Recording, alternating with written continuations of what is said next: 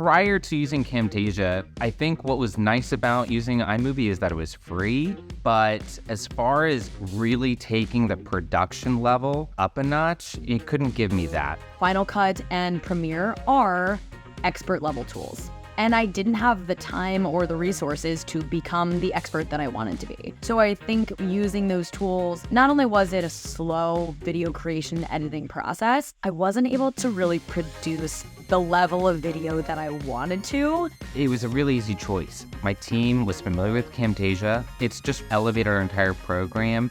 It's allowed our team to rely on video more. We're using it now everywhere. This email, that in-app announcement, this product tutorial, this community ad, you name it. We're using video everywhere because we can. Before that, it was too cumbersome, too exhausting to do video this much. And frankly, it is an expert level tool, but you don't need to be an expert to use it.